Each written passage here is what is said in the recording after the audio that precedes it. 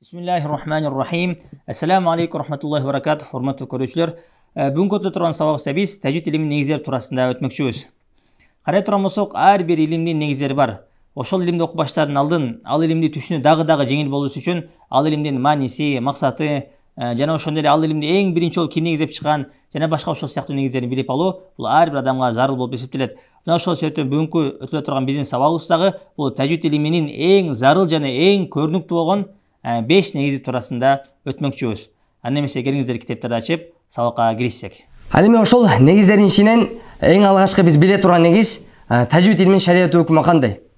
Тажвид илимин баштан чейин толук үйрөнүү фард кифая. Тагыраак айтканда, бир шар жайылдан жок дегенде сөзсүз бир адам болуш керек.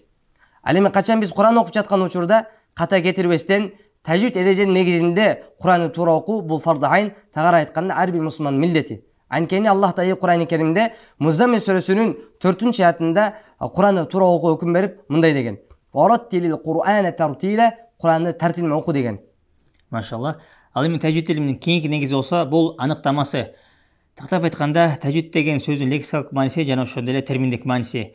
Тажвид деген сөздүн лексикалык мааниси бул кыргыз тилинде кооздоо, ошондой эле жакшыртуу деген маанини берсе, ал эми терминдик мааниси болсо, Куран окуп жаткан учурда ар бир тыбышты өз махражынан чыгарып, жана ар бир тыбыштын кошумча жана негизги сыпаттарын эске алып, Куран-ы Каримди туура окутуучу илим бул тажвид болуп эсептелет.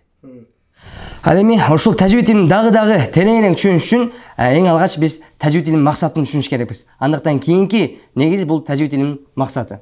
Машалла. Тажвид илиминин максаты бул Куран окуп жаткан учурда ката кетирип, аяттардын маанилерин өзгөртүүдөн сактануу.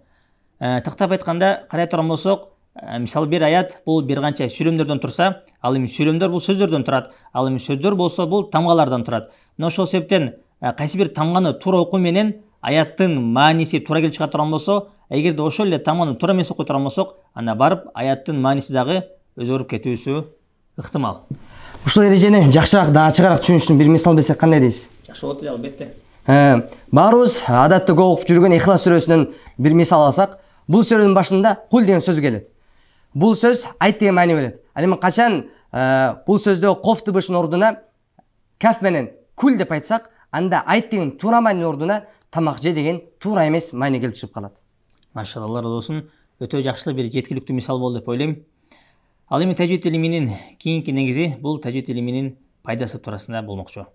Чындыгында тажвид илиминин өтө көптөгөн пайдалары бар. Ошонун ичинен биз сиздерге 5 пайданы сунуштайбыз. Биринчи пайдасы, биз Куран-ы Каримди тажвид менен окуу аркылуу фарды аткарган соо берилет. Анткени Куранды тажвид менен окуу жогоруда айтылгандай бул Аллахтын өкүмү. Ал эми экинчи пайдасы, тажвид менен окуу аркылуу биз сүннөттү аткарган соонун ээ болобуз. Анткени Анас радыйаллаху анхудан адамдар Пайгамбар саллаллаху алейхи ва саллям Куранды кандай окуйт эле деп сураганда, Анас радыйаллаху анху кана ямудду маддан, маттарды созуп окуйт эле дейт. Мына ушул хадистен билсек болот, Куран окуганда Пайгамбар саллаллаху алейхи ва саллямдын ажыралгыс эң чоң сүннөтү Куранды тажвид менен ачык дан окуш. Ал эми үчүнчү пайдасы, качан Куран-ы Карим тажвид менен окуган учурда Куранга ой жүгүртүү, Куранга берилүү пайда болот. Ал эми төртүнчү пайдасы, Куранды тажвид менен окуу Куранды сүйгөн белгиси. Анткени чынында чын жүрөктөн Куранды сүйгөн адам гана эрикпестен Курандагы ар бир тыбышка көңүл буруп, өз ордунан чыгарганга, туура окуганга, тажвид менен окуганга аракет кылат. Жана канчалык Куранды тажвид менен окуган сайын Аллах Таала Куранга болгон сүйүүсүн дагы да арттырат. Ал эми акыркы жана 5-чи пайдасы, Куранды тажвидсиз окуган адамга караганда, Куранды тажвид менен окуган адамга көбүрөөк сооп берилет. Жана Аллахтын астында дагы даражасы бийик болот. Анткени бул тууралуу Пайгамбарыбыз саллаллаху алейхи ва саллям өзүнүн куттуу хадисинде мындай дейт: "Ал-махиру бил Кур'ан ма сафаратил кирамил барара". Курандын чебери, Куранды көчүрүүчү, жакшы иш кылуучу периштелерден бирге болот дейт. Тагыраак айтканда, Курандын чебери, Куран тажвид менен жакшы окуган адам даражасы периштелер менен бирге болот деген. Машалла. Эгерде мисалы бир адам Куран-ы Каримди тажвид менен окууга аракет кылат, бирок тилекке каршы такалып, кыйналып окуйт. Анда бул адам айтып жаткан фазилетке ээ боло алабы же ээ боло албагашы мүмкүнбү? Машалла, өтө жакшы суроо бердиңиз. Чындыгында Пайгамбар саллаллаху алейхи ва саллям мына ушундай адамдар унутпастан алардын аракетин баалап, аларга да өзүнүн сүйүнчү кабарын айткан. Пайгамбар саллаллаху алейхи ва саллям өзүнүн куттуу хадисинде мындай дейт: والذي يقرأ القرآن ويتتعتع فيه وهو عليه شاق له أجر. Кайсы адамдар Куран окуп жатканда кыйналып окуса, аларга 2 сооп берилет деген. Ачыктап айтканда, биринчи сооп Куран окугандыгы үчүн, ал эми экинчи сооп кыйналса да аракет кылгандыгы үчүн берилет. Ал эми кийинки негиз бул тажвид илимин негиздөөчү туурасында. Карай турган болсок, ар бир илимдин сөзсүз түрдө башында бир адам ошол илимди негиздеп жана ошол илимди түптөп чыккан болот.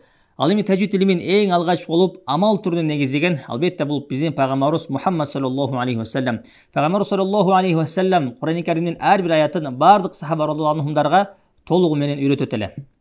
Андан кийин убакыт өткөн сайын ислам динин жайылып, жада калса араб эмес болгон адамдар дагы мусулман болуп, алар Куран Каримди туура окуусу үчүн андан кийинки келген табиин алымдарыбыз тажвид илимин эреже түрүнө негиздеп баштады.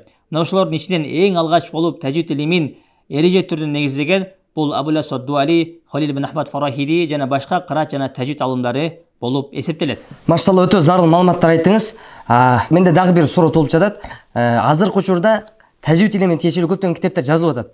Ошонун арасынан эң алгачкы болуп кайсыл китеп жазылган жана кимдер жазган, ошол тууралуу да бир маалымат айта кетсеңиз. Албетте, машалла, жакшы суроо бердиңиз. Бул алымдарыбыз тажвид илимин эң алгач болуп негиздеп чыккан. Андан кийинки кылымдын алымдары келип, ушул негизделген эрежелердин баардыгын чогултуп, өз алдынча бир китеп кылып, тажвид илими туурасында китептер жазып баштаган.